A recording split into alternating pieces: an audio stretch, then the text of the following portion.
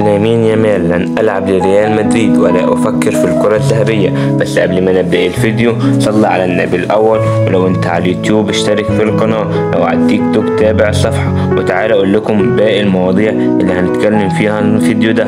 هل تفشل صفقة كايرس لريال مدريد؟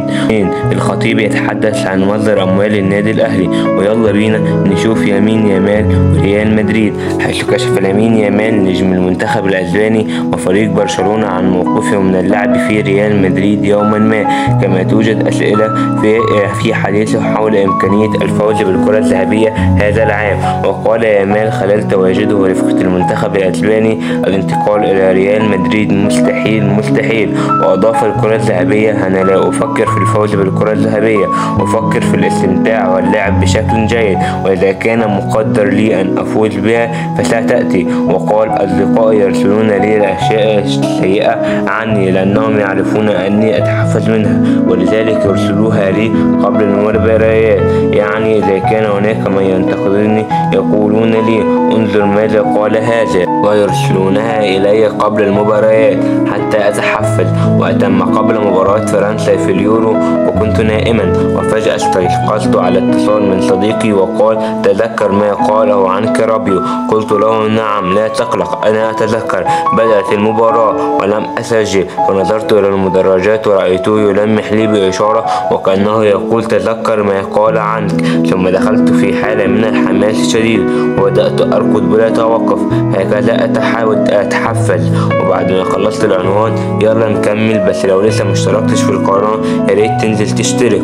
يلا بينا نكمل. هل يفشل ريال مدريد في التعاقد مع كاريس؟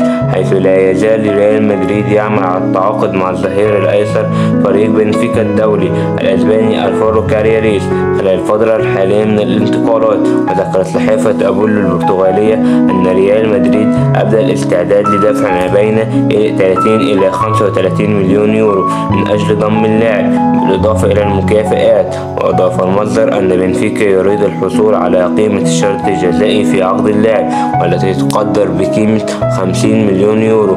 ومن جانبها قالت العديد من التقارير الصحفية أن ريال مدريد يرفض دفع 50 مليون يورو من أجل ضم اللاعب، وقد بدأ النادي يقلل اهتمامه بالتوقيع معه. وآخر حاجة معنا لما الكابتن محمود الخطيب تحدث عن مصدر أموال النادي الأهلي. ويلا بينا، حيث كشف الإعلامي أمير هشام عن تصريحات محمود الخطيب رئيس النادي الأهلي التي تحدث فيها عن مصدر أموال النادي الأهلي. ونقل أمير هشام عبر موقع فيسبوك عن قول محمود الخطيب: العديد من الناس يتساءلون من أين يأتي المال. الأهلي يأتي بالمال من الشركات والرعاة والمعلنين.